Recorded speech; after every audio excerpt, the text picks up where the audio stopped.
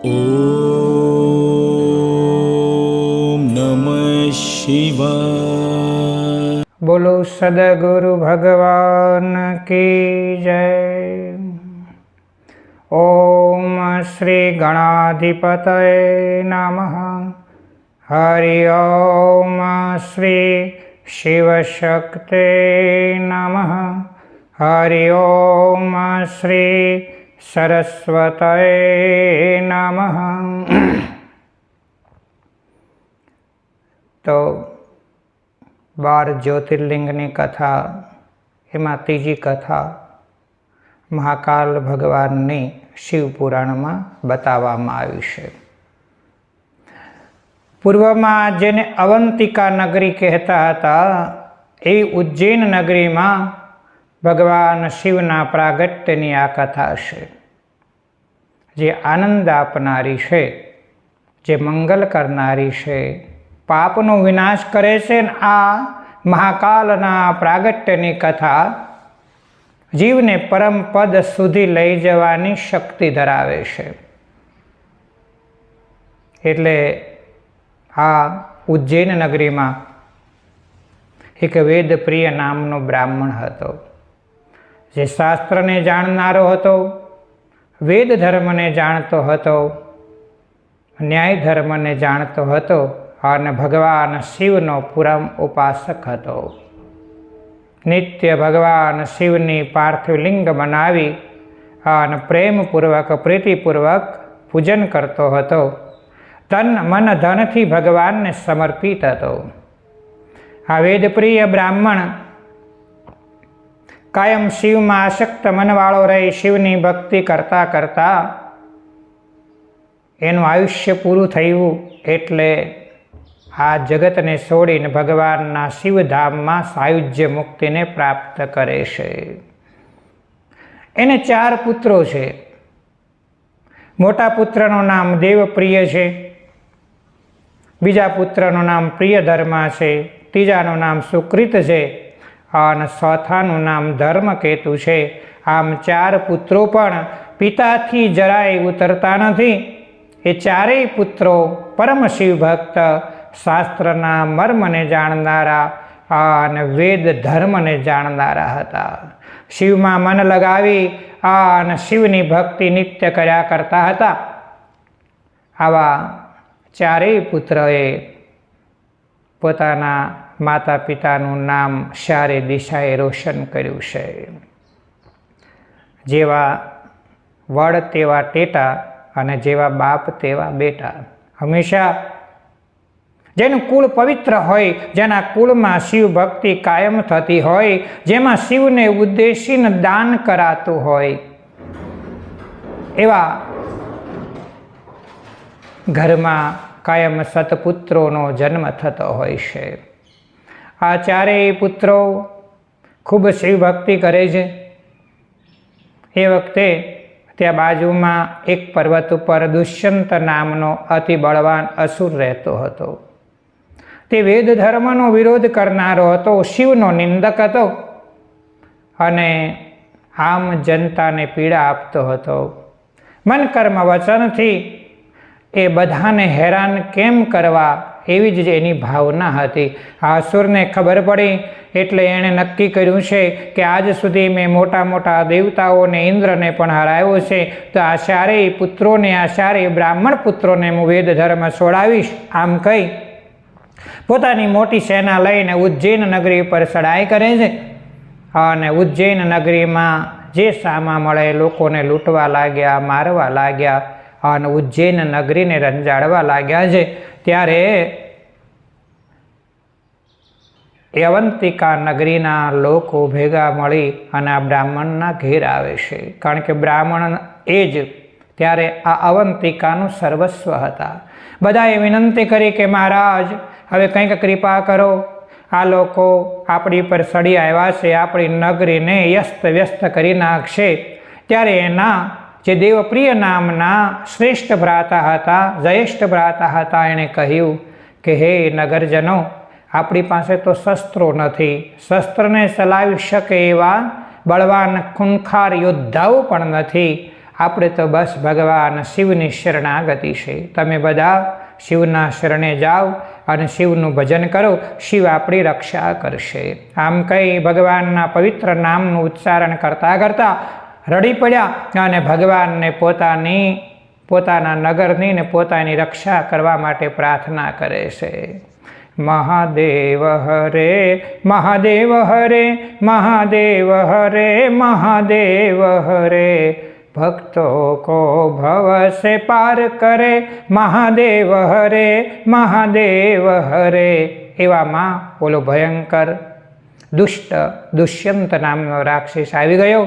તેણે બ્રાહ્મણના ચારેય પુત્રોને ઉદ્દેશીને કહ્યું કે હે બ્રાહ્મણ પુત્રો, હવે તમારો વિનાશ નજીક આવ્યો છે. તમે વેદ ધર્મનો અંગીકાર કરી, શિવ ભક્તિ કરી, એનો પ્રચાર કરી અને મારી આજ્ઞાનું ઉલ્લંઘન કર્યું છે, એટલે તમને મૃત્યુ દંડ મળશે. ત્યારે એમાંના જે મોટા ભાઈ શ્રેષ્ઠ ભ્રાતા છે એણે કહ્યું કે ભાઈ, જન્મ અને મૃત્યુ તો ભગવાનના હાથમાં છે. અમે કોઈનાથી ડરતા નથી, અમે તો શિવના શરણે છીએ. શિવે આજ સુધી તમામ શરણાગતોની રક્ષા કરી છે, તો ચોક્કસપણે અમારી રક્ષા કરશે. ત્યારે દુષ્યંતને ક્રોધ આવ્યો અને તલવાર લઈને મારવા દોડ્યો.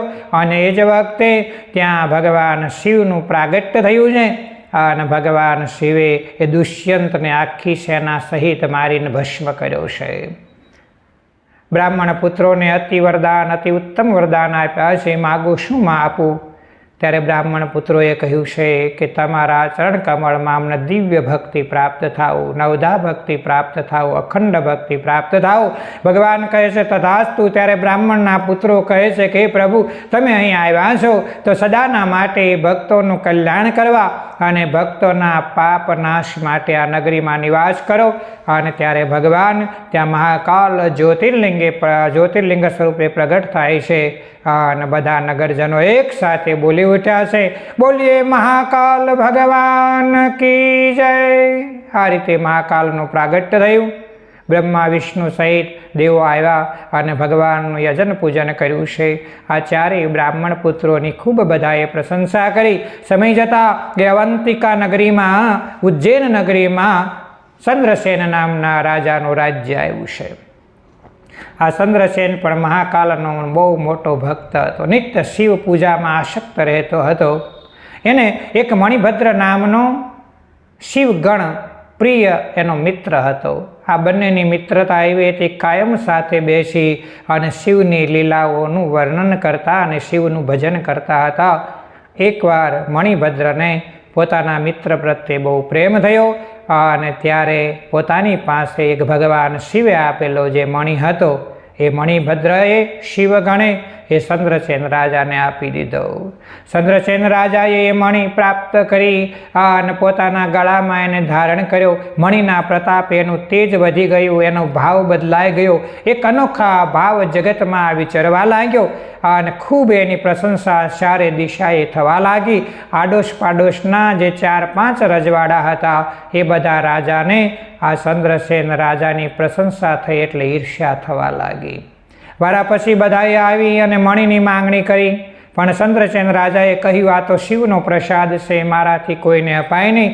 એટલે બધા રાજાઓએ ભેગા થઈ અને મોટી સેના સાથે ઉજ્જૈન નગરી પર ચડાઈ કરી અને ઉજ્જૈન નગરીને રંજાડી અને રાજા પાસેથી મણિ લઈ લેવો એવું નક્કી કર્યું. ઉજ્જૈન નગરીમાં ફરતે મોટો ગઢ છે. ગઢના દરવાજાએ બંધ કર્યા અને રાજાને જલ્દી સમાચાર આપ્યા કે આપણા ઉપર 4-5 રાજાઓએ ભેગા થઈ અને આપણી નગરી ઉપર ચડાઈ કરી છે. રાજા કાંઈ ભયભીત થયા વિના સીધું જ મહાકાલના મંદિરમાં જઈ અને ભગવાન શિવની પાસે બેસીને ભગવાન શિવનું પૂજન કરવા લાગ્યો છે. ચંદ્રોદભાસિત શેખરે સ્મર હરે ગંગાધરે શંકરે સર્પેર્ભૂષિત કંઠ કર્ણ વિવરે નેત્રોથવે શ્વાનરે દંતી ત્વાકૃત સુંદરાંબરધરે ત્રિલોક્ય સારે હરે મોક્ષાર્થમ કુરુ ચિત્તવૃત્તિમચલા મન્યાસ્તુ કિમ કર્મ ભીનાથ. મારી રક્ષા કરો, રક્ષા કરો. આ રાજાએ ન તો કોઈ લડવા માટેનું આયોજન કર્યું, ન કોઈ વ્યૂહરચના કરી, કેવલ ભગવાનના શરણે બેસી ગયો છે. ભગવાન મારી રક્ષા કરો, મહાદેવ મારી રક્ષા કરો, મારી પ્રજાની રક્ષા કરો, મારા નગરની રક્ષા કરો, એમ ભગવાનને પ્રાર્થના કરવા લાગ્યો છે. અને ત્યારે એક કૌતિક ઘટના બની છે.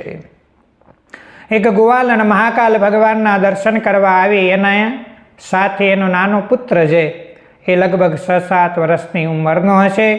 એણે રાજાને પૂજા કરતા જોઈને એના હૃદયમાં પૂર્વજન્મના સંસ્કારોથી ભાવ થયો કે મારે પણ રાજાની જેમ ભગવાન શિવની પૂજા કરવી છે. એ દર્શન કરી અને ગોવાલનની સાથે પોતાના નેસડા બાજુ પોતાના ઘર તરફ ગયો. માં ઘરના કામમાં લાગી. ત્યારે આ નાનો ગોપ બાળક જેનું નામ શ્રીકર છે, એ શ્રીકર ભગવાન શિવની પૂજા કરવાનું મન કરી આજુબાજુમાં તપાસ કરી તો એક સુંદર મજાનો પથ્થર જોયો છે, જેનો આકાર લિંગ જેવો હતો. એને એક વૃક્ષના સ્થળ નીચે પધરાવી આજુબાજુમાંથી પાન, પુષ્પો આદિ પૂજાપો ભેગો કરી અને ભગવાન શિવની પૂજા કરવા લાગ્યો છે. આ ગોપાલ બાળક શ્રીકરને બીજું તો કંઈ આવડતું નથી, પણ ભાવપૂર્વક મંત્ર વગર જ ભગવાનની પરમાત્માની પૂજા કરવા લાગ્યો છે. બપોરનો સમય થયો. માએ એને વારંવાર જમવા બોલાવ્યો, પણ બાળક આવતો નથી. માને રીસ ચડી, એકદમ આવીને જુએ છે તો બાળક કંઈક કરી રહ્યો છે. માને એમ કે આ કાંઈ રમત કરે છે, એટલે માએ એ જે ભગવાનની પૂજા થયેલી હતી એને ઉડાડી દીધી. બાળકનો હાથ પકડીને બાળકને ધસલ્યો છે. પણ પોતાના ભગવાન શિવની પૂજાને વ્યસ્ત જોઈ અને આ ગોપ બાળક શ્રીકરને બહુ દુઃખ થયું અને ત્યાં રડવા લાગ્યો. રડતા રડતા બેભાન બની ગયો. દેવયોગે માતા કાંઈ સમજી શકી નહીં. આ બાળકે હઠ લીધી છે એમ માનીને પોતાના ઘરમાં જતી રહી. અત્યંત દુઃખી થયેલા બાળકે થોડી વાર પછી ભાનમાં આવીને જ્યારે આંખ ખોલી તો એની નજર સામે એક ભવ્ય અને દિવ્ય શિવાલય જમીનમાંથી પ્રગટ થયું છે, જેના સુંદર મજાના સ્તંભો છે, જે મણીઓથી મઢેલા છે. તેની ભૂમિ સુવર્ણમય અને રત્ન જડેલી છે. તેના સુંદર મજાના શિખર છે, તેમાં સુંદર મજાના અનેક પ્રકારના સોનાના કળશથી આ શિખરની શોભા વધી રહી છે. સુંદર મજાની ભગવાન શિવની ભગવી ધજા શિખરની ઉપર ફરકી રહી છે. અને એવું ક્રાંતિવાળું સુંદર મજાનું મંદિર જોઈ બાળક ગર્ભગૃહમાં પ્રવેશ કરી અને જે રત્નમય ભગવાન શિવનું લિંગ છે તેની ભાવથી પૂજા કરવા લાગ્યો છે. પૂજા કરી બહાર આવીને આમ પોતાના નેસડાની બાજુ જુએ છે, ત્યાં સુંદર મજાના મહેલો ઊભા થઈ ગયા છે. આ મહેલમાં બાળક પ્રવેશ કરે તો માં સોનાના હિંડોળા ઉપર સુંદર મજાના વસ્ત્રો ધારણ કરી, સુંદર મજાના આભૂષણો ધારણ કરી અને હિસકે બેઠી બેઠી ભગવાન શિવના નામનું ભજન કરી રહી છે. માં સમજી ગઈ હતી કે આ બધો જ પ્રતાપ મારા બાળકની શિવ પૂજાનો છે. નગરમાં ચર્ચા થઈ, નગરના લોકો દર્શને આવવા લાગ્યા અને ત્યારે રાજાને પણ ખબર પડી. એટલે મહાકાળ મંદિરથી સીધો જે ગોપ બાળક શ્રીકર ઉપર કૃપા કરવા ભગવાને જ્યાં મંદિરનું પ્રાગટ્ય કર્યું છે ત્યાં આવ્યો. સુંદર મજાના લિંગનું દર્શન કરી, પૂજન કરી અને ખૂબ નિર્ભીત થયો. બાળકના બહુ વખાણ કર્યા. હવે આ બાજુ બધા રાજાઓ ગઢના દરવાજા તોડવા માટે થઈને સતત પ્રયત્ન કરતા હતા. એને ગુપ્તસર દ્વારા માહિતી મળી કે આ રાજાનું આખું નગર શિવ ભક્તિવાળું છે. રાજા પણ શિવ ભક્ત છે. આટલી બધી મોટી ચડાઈ થઈ તો એ ગભરાયો નથી અને ભગવાન શિવની પૂજા કર્યા કરે છે. આ નગરના એક સામાન્ય ગોપ બાળક માટે ભગવાને આવું સરસ લીલા રચી છે. તો આ બધા શિવ ભક્તો છે. આપણે આ ઉપર જો ભગવાન શિવ કૃપાયમાન થશે તો આપણે નષ્ટ ભ્રષ્ટ થઈ જઈશું. આથી બધાએ રાજાએ સુલેહ કરવાનું નક્કી કર્યું અને શાંતિ પ્રસ્તાવ મૂકી રાજા પાસે આવીને ક્ષમા માગી છે. મહાકાલનું દર્શન કરીને શ્રીકર બાળક દ્વારા જે લિંગનું પ્રાગટ્ય થયું છે ત્યાં આવ્યા અને બધાએ રાજાની વારંવાર ક્ષમા માગી કે હે રાજન, હે ચંદ્રસેન, અમને ક્ષમા કરો, ક્ષમા કરો. ગોપ બાળકના પણ ખૂબ વખાણ કર્યા છે અને ત્યારે ત્યાં હનુમાનજી મહારાજનું પ્રાગટ્ય થયું છે. લાલ દેહ લાલીલ છે, અરુધરે લાલ અંગુર, વજ્ર દેહ દાનવ દલન, જય જય જય કપિશૂર. હનુમાનજી મહારાજને બધાએ વંદન કર્યા. ત્યારે મહાકાળની ખૂબ પ્રશંસા કરી અને હનુમાનજી મહારાજે કહ્યું છે કે હે રાજાઓ, તમે સમજી ગયા એટલે સારું થયું, નકર મહાકાળના કોપથી તમે સપરિવાર બધા વિનાશિત થઈ જાત. ગોપ બાળકને હનુમાનજી મહારાજે બધાને કહીને આખા ગોપાલ સમાજનો રાજા બનાવ્યો છે. અને હનુમાનજી મહારાજ બોલ્યા છે કે હે ગોપ બાલક શ્રીકર, તારા વંશમાં અમુક સમય પછી, અમુક પેઢી પછી એક નંદ બાબા નામનો મહાપુરુષ ઉત્પન્ન થશે અને એના ઘેર પરબ્રહ્મ પરમાત્મા ભગવાન અવતાર ધારણ કરી, શ્રી કૃષ્ણ નામ ધારણ કરી અને આ જગતમાં લીલાઓ કરશે. આમ કહી હનુમાનજી મહારાજ અંતર ધ્યાન થયા છે.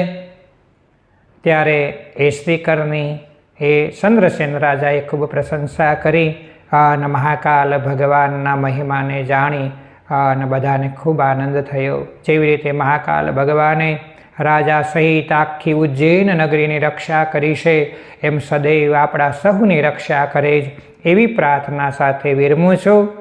ઓમ નમઃ પાર્વતી પતય હર હર મહાદેવ હર.